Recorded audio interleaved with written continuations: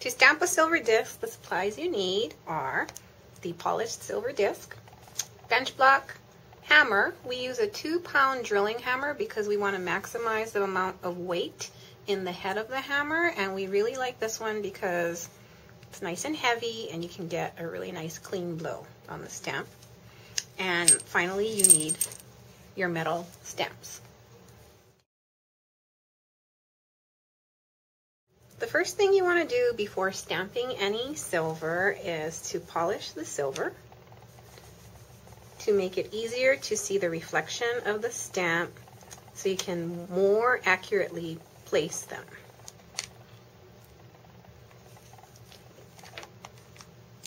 There we go. Nice and shiny.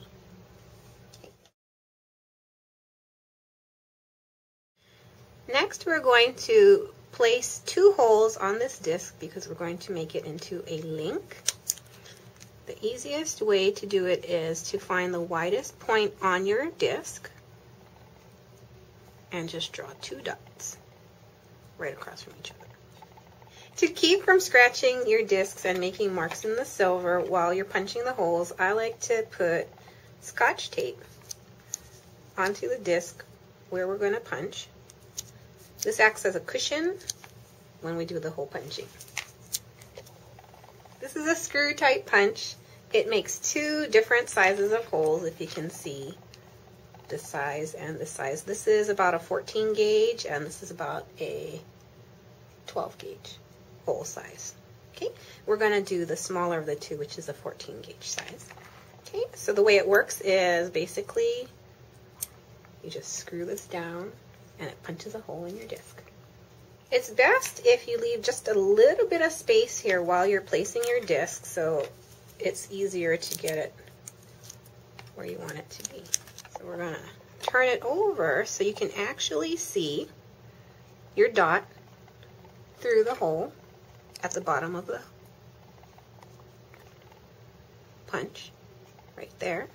And I'm going to just turn the knob a little bit so that it is pinching onto the disc so the disc's not moving, but it's not hard enough to dent the metal just in case we didn't place it in the correct spot. Okay. Once you're sure, then all you do is turn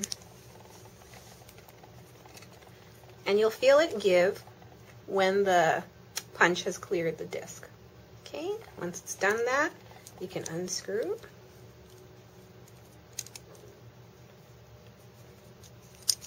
And your disc will come right off.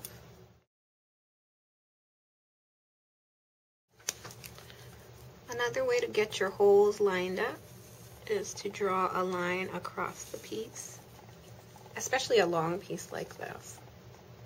Okay, so draw a line and then place your dots where you want the holes. Again, we're going to cover our piece with tape to prevent scratching. Oops. This time I'll cover the back of the hole too. Another tool that you can use to put a hole in your disc is a handheld punch. It looks like this. And it works just the way a paper hole puncher does. I'm going to place the pin on the dot.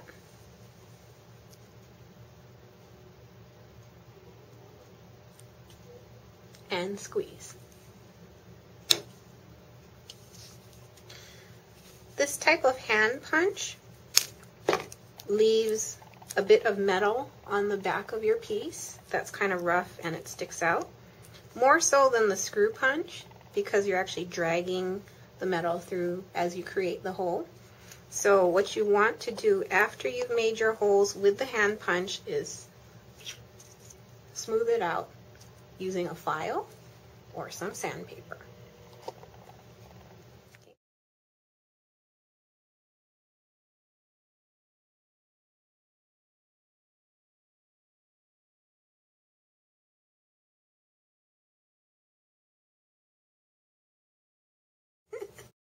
You want to remove the tape before sanding the sharp burrs off the back of the disc. And we'll just get our sandpaper file here and Sometimes it's easier to exert more pressure if you actually just put it on your work surface and rub it back and forth. Now the back of your piece is nice and smooth.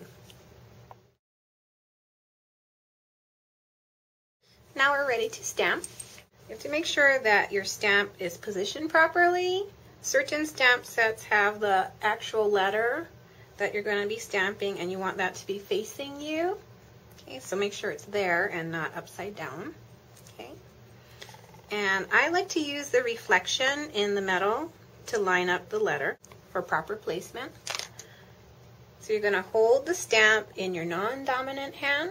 You want to brace your hand against your work surface and hold about halfway down the stamp or closer to your piece. Okay. Then I'm going to get my hammer. When you are holding your hammer, you want to hold as close to the hitting portion as possible up here versus all the way down here, because you get much better accuracy in your strike. Another trick with these stamps is you can actually line up the bottom edge of the stamp with the edge of the disc to get a consistent amount of space of the letter away from the edge. The trick to a nice clean impression is to try to hit the stamp just one time. Just once, a nice clean blow. Okay. You don't want to have to hit it multiple times because that's how you get ghost images or double stamping. Okay, so we want a nice clean imprint. Again, I'm going to use the reflection on the disc to line up my next letter. And check that the bottom of the stamp is lined up with the edge of the disc. Notice I didn't make a clean impression on my first hit. All is not lost, because what you need to do is just line up the letter back into that area. And you want to jiggle the stamp to make sure that it is completely within the impression you already made. And just hit it again a little harder. There we go.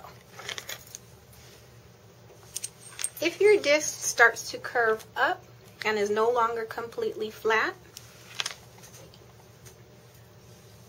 you want to flatten it before you keep stamping to get a really nice even impression along your whole piece. So what I do is you turn it over flat on the bench block and just tap it with a nylon hammer. What's the difference between the nylon hammer and the household hammer you're using? The nylon hammer will actually just flatten your piece without hardening the metal too much, and also it will not put any impressions on the metal. You don't want that. Okay, now it's flat again, so I'm going to continue my word. If I can find my letter. There we go. And you can also polish that back up again if you want. Make it look nice.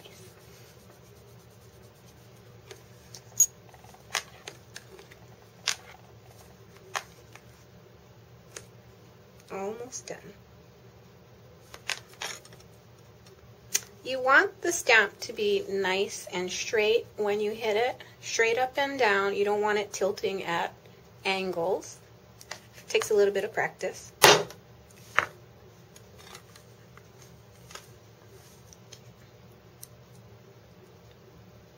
And if you notice that you're getting a consistent miss on the same part of your stamp all the time, it could be because your stamp is tilting either forward or backward. If you notice that the bottom of the stamp keeps not making an impression, that means your stamp is tilted forward like this when you hit it.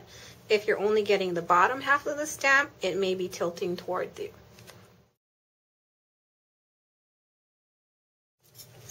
If you're not sure that the word you want to stamp is going to fit on the disc you've selected, you can test it by first stamping the word on a Post-it note and lining it up with your disc to make sure that the word actually will fit on the disc you've chosen.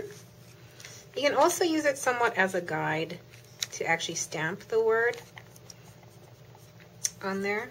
So I've prepared my disc by punching the hole and drawing a line. So I'm going to stamp a word straight across. And I'm going to use the line that I've drawn on the disc with a black Sharpie as a guide to place my stamps. And now I'm going to hit the stamp.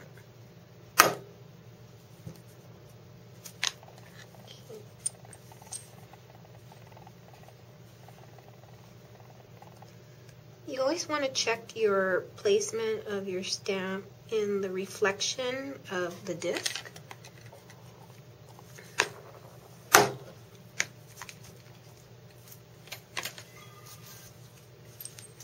Now I'm going to polish the disc so the line is wiped away and you can see your stamp.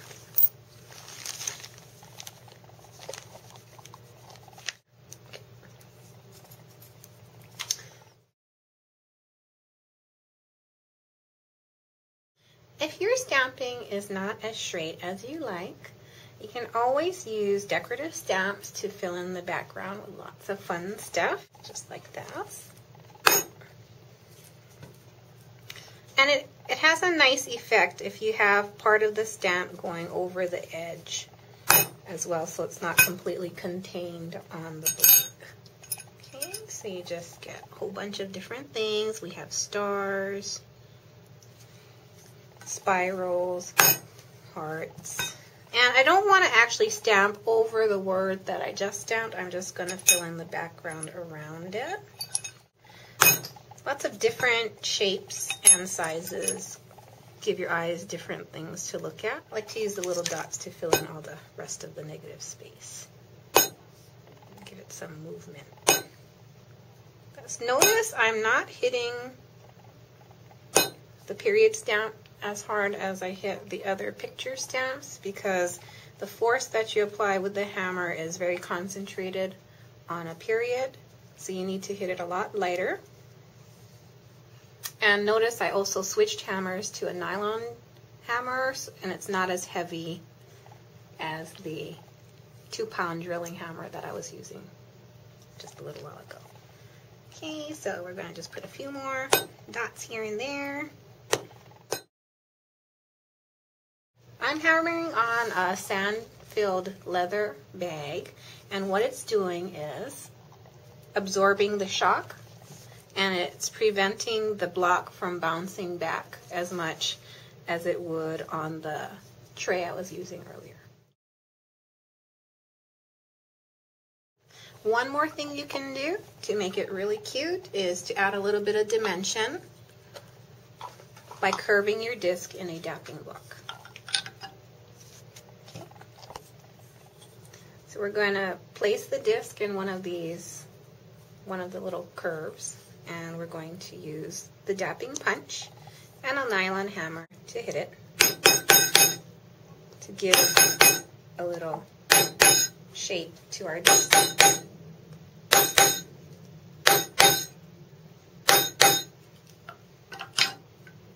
we go.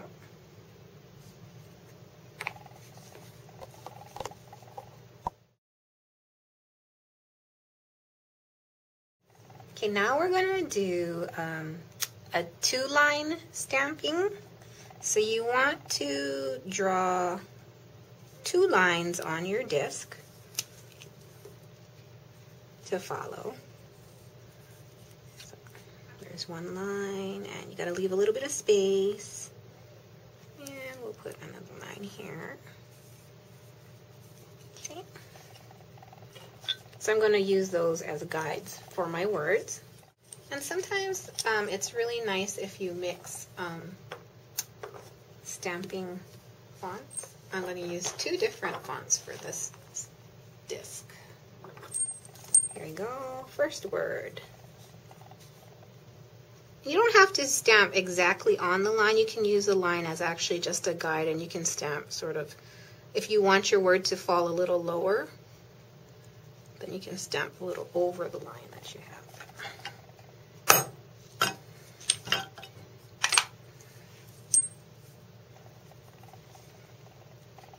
Again, I'm using the reflection in the disc to place my stamps, and I'm using the lines as a guide.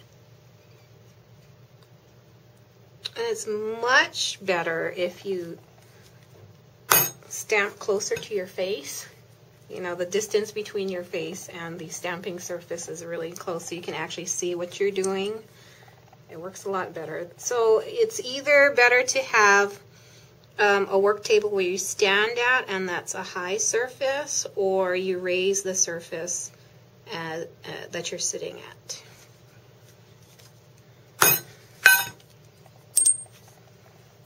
Okay. What are you stamping? I'm stamping the word dream. And next line will be big.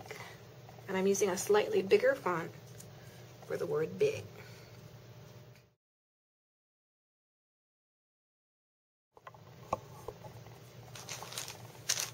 And once we take off the black lines, you can see your final piece. What are you taking the black lines off with? I'm using a polishing cloth to just clean off the surface of my disc. Got to rub kind of hard. Okay, there you go. Again, I would fill in the background with all kinds of goodies.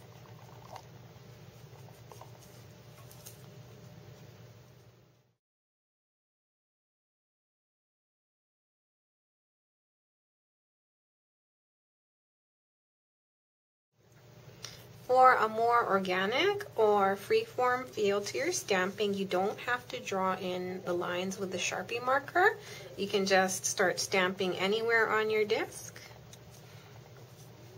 No lines required. But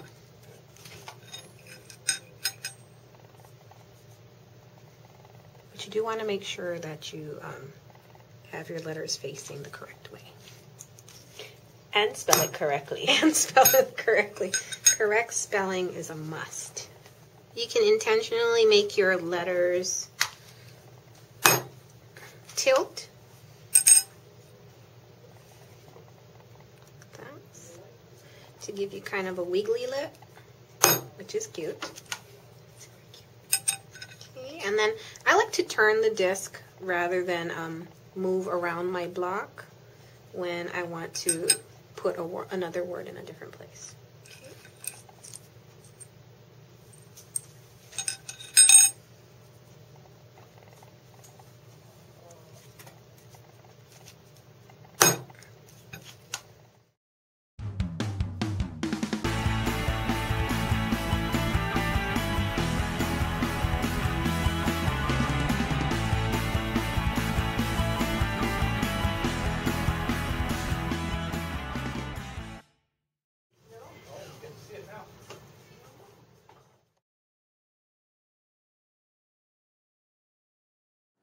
One of the best ways to make the word really stand out is to antique it. The easiest way is to fill in the indentations with a skinny black Sharpie pen and then to polish off the excess. This is not permanent, but it is quick and easy. If you want something a little longer lasting, we use the patina gel. A teeny amount can be applied with a Q-tip straight onto the piece, or for larger pieces, you can mix a tiny amount in water and then dip the entire project until it turns dark. If you choose the patina gel, please ask us for details so that you can use it in an environmentally friendly way. This last bracelet was stamped, antiqued, and then brushed for a soft finish. We hope this inspires you. Good luck!